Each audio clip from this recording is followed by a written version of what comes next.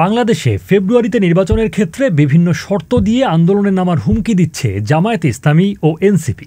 ফলে অন্তর্বর্তী সরকারের পক্ষ থেকে সুনির্দিষ্ট সময় ঘোষণার পরও নির্বাচন নিয়ে সন্দেহ, সংশয় এবং অনেক প্রশ্ন উঠছে এই দলগুলো শর্ত আদায়ে কত দূর যেতে পারে? তারা কি নির্বাচন বর্জনের মতো অবস্থানে যেতে পারে? তাদের শর্ত কি বিএনপিকে চাপে ফেলছে? এসব প্রশ্ন আজকের আলোচনা। সঙ্গে আছেন বিবিসি সাংবাদিক কাদির কল্লোল। কাদির, আপনাকে স্বাগত। আলোচনা শুরুর আগে বলে রাখি, বিবিসি বাংলার সর্বশেষ সংবাদ এবং বিশ্লেষণ জানতে চোখ রাখুন বিবিসি বাংলার ওয়েবসাইটে, সাবস্ক্রাইব করুন বিবিসি বাংলার ইউটিউব চ্যানেল। কাদির, নির্বাচনের সুনির্দিষ্ট সময় ঘোষণার পর জামায়াত ও এনসিপি কেন শর্ত আনছে এবং তাদের শর্তগুলো ঠিক কী? আসলে জামায়াত ইসলামী এবং জাতীয় নাগরিক পার্টি বা এনসিপি দুটি দলই ফেব্রুয়ারিতে নির্বাচনের প্রশ্নে এক ধরনের চাপে পড়েছে। রাজনৈতিক বিশ্লেষকদের অনেকের সঙ্গে কথা বলে সেটাই মনে হয়েছে। তারা যেটা বলছেন যে এনসিপির বিষয়টাতে যদি প্রথমে আসি, যে এনসিপি যারা নেতৃত্বে আছেন তারা আওয়ামী লীগ শাসনের পতনের যে গণ অভ্যুত্থান, সেই আন্দোলনের ছাত্র নেতৃত্ব, তাদের এই দলের একটা প্রভাব আছে সরকারের উপরে, অন্তর্বর্তী সরকারের উপরে। রাজনীতিতেও তাদের একটা প্রভাব আছে, কিন্তু ভোটের মাঠে, ভোটের রাজনীতিতে কোনো আসন থেকে জিতে আসা কোনো প্রার্থীর সেই জায়গাটাতে কিন্তু সেই ধরনের কোনো অবস্থান তারা বা সেই ধরনের কোনো সাড়া তারা এখনও ফেলতে পারেনি। এটা রাজনীতিকরাও যেমন মনে করছেন, বিশ্লেষকরাও মনে করছেন। ফলে তাদের জন্য একটা নির্বাচন ঘিরে একটা চাপ আছে। পাশাপাশি জামায়াতে ইসলামের দিক থেকেও যে চাপের বিষয়টা, সেটা হচ্ছে যে দলটির একাধিক সূত্রের সাথে কথা বলে মনে হয়েছে যে তারা মনে করছেন যে ফেব্রুয়ারিতে নির্বাচনের প্রশ্নে ইতিমধ্যেই প্রশাসনের এক ধরনের দুর্বলতা মাঠ পর্যায় পর্যন্ত তারা দেখতে পাচ্ছেন, বিএনপির দিকে ঝুঁকে পড়েছে। এটা তারা বলছেন, তাদের এটা অভিযোগ। তারা যেটা বলছেন যে লন্ডনে প্রধান উপদেষ্টা অধ্যাপক মোহাম্মদ ইউনূস যখন সফরে গেলেন, তখন তিনি বিএনপির ভারপ্রাপ্ত চেয়ারম্যান তারেক রহমানের সঙ্গে সেখানে বৈঠক করে নির্বাচনের একটা সময়ের ঘোষণা দিলেন যে এই সময় নির্বাচন হতে পারে। তারপরে 5ই আগস্ট গণঅভ্যুত্থানের বা আওয়ামী লীগের শাসনের পতনের 1 বছর পূর্তিতে তিনি জাতির উদ্দেশ্যে ভাষণ দিয়ে একটা সুনির্দিষ্ট সময় বললেন। এই জায়গাগুলোতেই জামায়াত ইসলামীর এক ধরনের আপত্তি আছে বা অসন্তুষ্টি আছে। দলটির নেতারা বলছেন যে যখন কোনো একটা দলের নেতার সঙ্গে বৈঠক করে ঘোষণা দেওয়া হয় নির্বাচন এই সময় হতে পারে, তারপর সেই অনুযায়ী নির্বাচনের সময়টা আবার প্রধান উপদেষ্টার দিক থেকে ঘোষণা করা হলো। ফলে তারা মনে করছেন যে পুরো বিষয়টা একটা দলের পক্ষে যায় কিনা, বা অন্য দলগুলো সেখানে লেভেল প্লেয়িং ফিল্ডের যে বিষয়টা সেটা থাকে না। প্রশাসন ইতিমধ্যেই ঝুঁকছে বিএনপির দিকে, বিএনপির প্রতি এক ধরনের দুর্বলতা তারা মাঠ পর্যায়ে দেখছেন। ফলে প্রশাসনের কাছে অন্য দলগুলো সেইভাবে সমান চোখে দেখবে না, এটা তারা মনে করছেন। যেহেতু মনে করা হচ্ছে, রাজনীতিতে আলোচনাও আছে যে নির্বাচন হলেই বিএনপির বিজয়ী হয়ে সরকার গঠনের সম্ভাবনাটা বেশি, সেখানে বড় সংখ্যায় বিজয়ী হওয়ার সংখ্যা, এই যে বিষয়টা, এই বিষয়গুলো এক ধরনের চাপ তৈরি করেছে জামায়াতে ইসলামী এবং এনসিপির উপরে। সে কারণে তারা কিছু শর্তের কথা তুলছেন। সেখানে জামায়াতের দিক থেকে বড় শর্তের কথা বলা হচ্ছে যে সব দলের জন্য সমান সুযোগ তৈরি করতে হবে। আর দুই দলের ক্ষেত্রেই একটা কমন জায়গা হচ্ছে, সেটা হচ্ছে জুলাই সনদ, যেটা সংস্কারের বিভিন্ন প্রস্তাব নিয়ে জাতীয় ঐকমত্য কমিশন আলোচনা করছে। সেই আলোচনার ভিত্তিতে যে সনদ হতে যাচ্ছে, সেই সনদ নির্বাচনের আগে বাস্তবায়ন করতে হবে, একটা আইনি ভিত্তি দিতে হবে। কিন্তু জুলাই ঘোষণাপত্র, যেটা সরকারের পক্ষ থেকে ইতিমধ্যে ঘোষণা করা হয়েছে, তাতে বলা হয়েছে যে জুলাই সনদ যা হবে বা সংস্কারের প্রশ্নে ঐকমত্যের জায়গাগুলো যেটা হবে, সেটা পরবর্তী নির্বাচিত সংসদ এসে বাস্তবায়ন করবে। এই জায়গাতে তাদের আপত্তি, ফলে এই ইস্যুটাকেও তারা সামনে আনছে। এর পাশাপাশি আনুপাতিক হারে ভোটের পদ্ধতি, আনুপাতিক হারে ভোটের পদ্ধতি জামাত চায় উচ্চকক্ষ এবং নিম্নকক্ষ, সংসদের 2 কক্ষেই আনুপাতিক হারে ভোটের ব্যবস্থা চায়। আর এনসিপি তারা চাইছে যে উচ্চকক্ষে আনুপাতিক হারে, নিম্নকক্ষে এখন যেভাবে সরাসরি ভোটের ব্যবস্থা আছে সেইভাবে। তো জামাত ওই ইস্যুটাকে নিয়েও সামনে আসছে। এখন দুই দলই মূল ইস্যু সমান সুযোগ সব দলের জন্য, লেভেল প্লেয়িং ফিল্ড তৈরি করা, সনদ নির্বাচনে যাওয়ার আগেই বাস্তবায়ন করা, আইনি ভিত্তি দেয়া, পরবর্তী সংসদের জন্য রেখে দেওয়া যাবে না, পরবর্তী সংসদে এসে বৈধতা দেবে, কিন্তু এখনই আইনি কাঠামোর মাধ্যমে সেটা ঠিক করতে হবে। এই বিষয়গুলোতে তারা আন্দোলনে নামার কথাও বলছে, তারা কর্মসূচি নেওয়ার কথাও বলছে। কর্মসূচি নেওয়ার কথা যে বলছে, তারা আসলে কত দূর যেতে পারে, কি ধরনের কর্মসূচি তারা যেতে পারে? জামায়াতে ইসলামের নায়েবে আমির সৈয়দ মোহাম্মদ আবদুল্লাহ তাহের, তার সঙ্গে আমি কথা বলছিলাম। তিনি বলছেন যে তারা ইতিমধ্যেই ইস্যুগুলো নিয়ে সেমিনার, আলোচনা, এই ধরনের কর্মসূচিতে আছেন। প্রয়োজনে তারা মাঠের কর্মসূচিতেও যেতে পারেন, তারা আন্দোলনের কর্মসূচি নেবেন, সেখানে সমাবেশ থাকতে পারে, সেখানে বিক্ষোভ মিছিল থাকতে পারে, এ ধরনের চিন্তার কথা বলছেন। এনসিপির সদস্য সচিব আক্তার হোসেন, তার সঙ্গে আমি কথা বলছিলাম, তিনিও যেটা বলছেন যে তারাও মনে করেন যে জুলাই সনদ ছাড়া, মানে তার আইনি ভিত্তি না দেয়া হলে এটা পরবর্তীতে বাস্তবায়ন হওয়ার সম্ভাবনা কম। এটা তাদের শঙ্কা যে নির্বাচিত সরকার এসে এটা বাস্তবায়ন করবে কিনা এই সন্দেহ তাদের থাকছে। সে কারণে তারা চান আগে বাস্তবায়ন, তারপরে সেটার ভিত্তিতে নির্বাচনে যাওয়া। সেজন্য তারাও আন্দোলনের কর্মসূচি নিতে পারেন।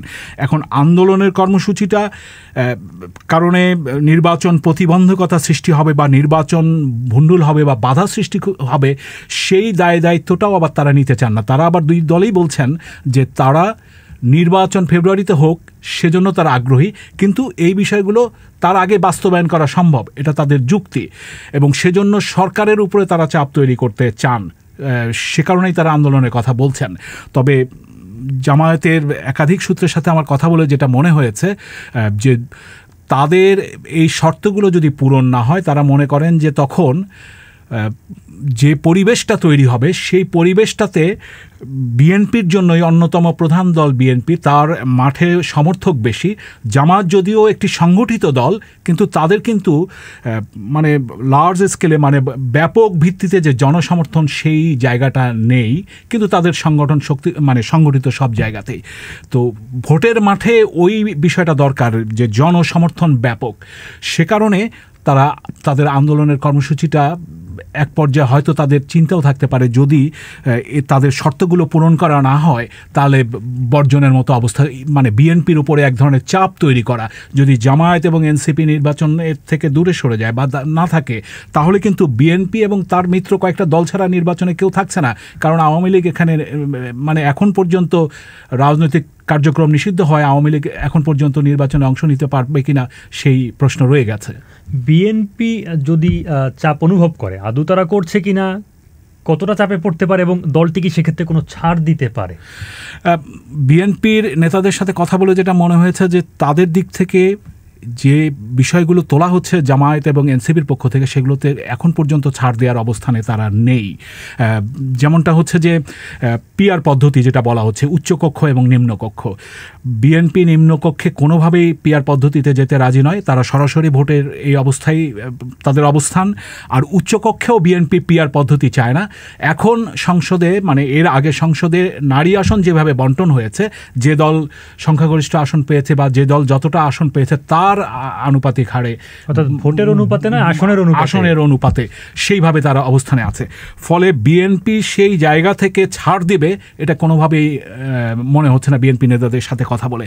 তবে বিএনপির মহাসচিব মির্জা ফখরুল ইসলাম আলমগীর এবং স্থায়ী কমিটির সদস্য সালাউদ্দিন আহমদ, তাদের দুজনের সাথে কথা বলে যেটা মনে হয়েছে, তারা দুজনেই মনে করছেন যে জামায়াত এবং এনসিপি এখন যে বক্তব্যগুলো তুলছে এটা মাঠের বক্তৃতা বলে তারা এখনও ধরে নিচ্ছেন। কারণটা তারা বলছেন যে যেহেতু নির্বাচন সামনে এসছে, নির্বাচনে সবাই ভালো ফল করতে চায়, ফলে তার আগে দলগুলো তাদের স্ব অবস্থান থেকে স্ব স্বার্থে তাদের শর্ত বা দাবি যাই বলি না কেন, সেটা আদায় কতটা করা যায় সে ধরনের হুঁশিয়ারি বা হুমকি যাই বলা হোক বা কর্মসূচি দেওয়ার কথা, এগুলো বলে থাকতে পারে। ফলে তারা মনে করছেন যে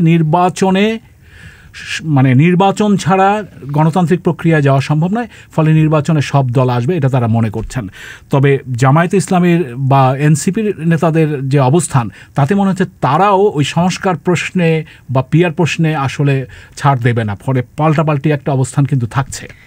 এখন এইরকম একটা বাস্তবতায় দলগুলোর বিপরীতমুখী বা পাল্টাপাল্টি অবস্থান, যেখানে নির্বাচন সামনে রেখে সংস্কার সহ বিভিন্ন বিষয় নিয়ে তাদের এক ধরনের টানাপোড়েন সাম্প্রতিক সময়ে দৃশ্যমান হয়েছে আরও স্পষ্টভাবে, সেই প্রেক্ষাপটে সরকার কি করতে পারে?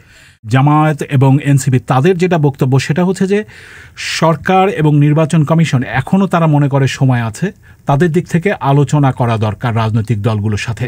তারা বলছেন যে নির্বাচনের তারিখ যখন সময় যখন ঘোষণা করা হয়েছে, ফেব্রুয়ারিতে নির্বাচন হবে সুনির্দিষ্ট করে, তখন দলগুলোর সাথে আলোচনা না করেই ঘোষণা করা হয়েছে। জামায়াতের নেতারা এটাও বলছেন যে 5ই অগস্টে গণঅভ্যুত্থানের বছর পূর্তিতে যখন জুলাই ঘোষণাপত্র ঘোষণা করা হলো, তখন কিন্তু নির্বাচন একটা ধারণা দেয়া হয়েছে। আবার সেদিনই জাতির উদ্দেশ্যে ভাষণ দিয়ে বলা হয়েছে। তারা মনে করছে সরকারের উপরে চাপ কোনো পক্ষ থেকে দেয়া হচ্ছে কিনা, যে কারণে নির্বাচনের সুনির্দিষ্ট সময় সরকার এত তাড়াতাড়ি অন্য দলগুলোর সাথে আলোচনা না করে দিয়ে দিয়েছে। ফলে এখানে সরকারের দায়িত্ব যে রাজনৈতিক দলগুলোর সাথে কথা বলা। সরকারের একজন উপদেষ্টার সঙ্গে আমি কথা বলেছি, তিনি যেটা বলছেন যে সরকার মনে করছে যে সরকার নির্বাচনের একটা সময় দিয়ে দিয়েছে, রাজনৈতিক দলগুলোর সঙ্গে জাতীয় ঐক্যমত্য কমিশন আলোচনা করছে, তার ভিত্তিতে সংস্কার প্রশ্নে যেভাবে আগায় সেভাবে এগোবে এবং সনদ ঘোষণা করা হবে। তারপরে বাস্তবায়নের প্রশ্ন তো পরবর্তী সংসদ ছাড়া করার সুযোগ নেই, এটা সরকারের বড় অংশই মনে করছে। এছাড়া যেটা হচ্ছে যে নির্বাচন কমিশনের দিক থেকে বলা হয়েছে যে তারা অল্প সময়ের মধ্যে রাজনৈতিক দলগুলোর সঙ্গে নির্বাচনের তফসিল বা অন্যান্য বিষয় যেগুলো আছে সেগুলো নিয়ে আলোচনা করবে। সরকার এখন নির্বাচনকে অগ্রাধিকার দিয়ে এগোতে চাইছে, কিন্তু সরকারের এর বাইরে আর কিছু করণীয় নেই। নির্বাচন কমিশনই এখন রাজনৈতিক দলগুলোর সাথে আলোচনা করবে, সেটাই সরকারের দিক থেকে বলা হচ্ছে।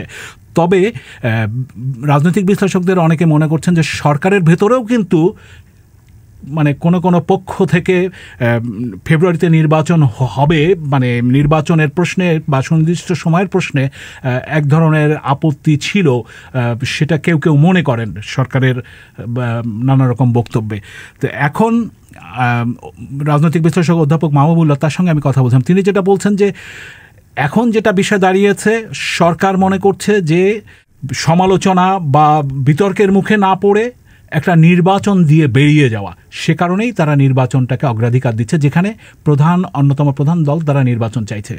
ফলে নির্বাচন করার জন্যই এখন সরকারকে নিশ্চিত করা, অনিশ্চয়তা যাতে না থাকে, সেজন্য হলেও সরকারের আলোচনা আবার করা প্রয়োজন, সেটা বিশ্লেষকরা মনে করছে। এখন পুরো ব্যাপারটা যেহেতু নির্বাচনের সময়কাল এবং তার সঙ্গে সম্পর্কিত অন্যান্য বিষয়, সংস্কার বা অন্যান্য রাজনৈতিক নানান প্রশ্নে আবর্তিত হচ্ছে, নির্বাচন আয়োজনের ক্ষেত্রে বা নির্বাচনের জন্য এটা হুমকি হয়ে দাঁড়াচ্ছে কি?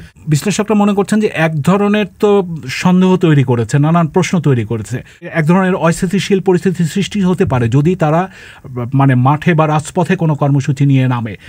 তখন এই বিরোধিতাটা জামায়াত, এনসিপি এবং জামায়াত শুধু একা নয়, তার সঙ্গে ইসলামী আন্দোলন সহ বিভিন্ন দল রয়েছে।